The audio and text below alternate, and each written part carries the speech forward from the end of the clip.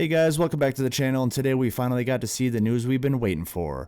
Really don't need to do a big deep dive into this video because it's really your typical marketing video talking about the 20 years of Battlefield games and acting like they're reinventing the wheel for the upcoming Battlefield 2025 project.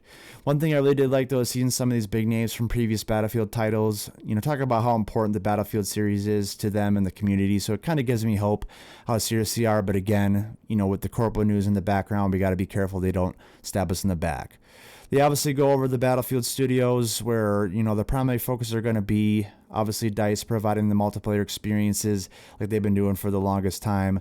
Motive focusing on the multiplayer maps, single player mission content, and Ripple Effect and Criterion providing support for it all, including creating new experiences for new players as well as old community players like myself. They also introduced the Battlefield Labs, really similar to the Battlefield 4 CTE community testing program, which obviously this is what they teased from yesterday, and so they kind of go more in depth in the video on really what that entails. Trying to collaborate with the community, try to win our hearts back with these test concepts, go over the mechanics with the players publicly, and try to win the heart back to the original Battlefield players that really made it the golden age in the past of Battlefield 3 and 4. So I really like this idea. I think it's a wonderful idea. I think this is going to win a lot of people just by them doing this.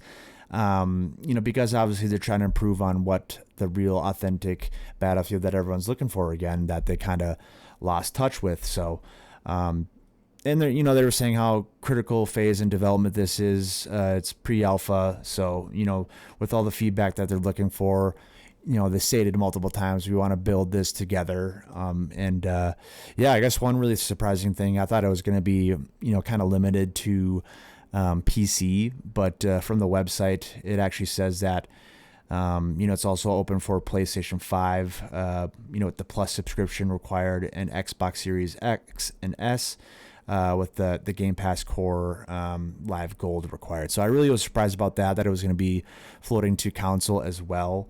And that really it's, open to most regions, but, as the website says, though, it really seems like it's going to be limited for the most part in the beginning. Hopefully it opens for some people like us, especially having to wait for hours in the queue to even sign up for this thing. But, I think the biggest surprise is that, no one expected actual pre-alpha gameplay footage. As you can see, the graphics are amazing. Destruction is awesome. But this is obviously something we got to be careful with. It's still early in development.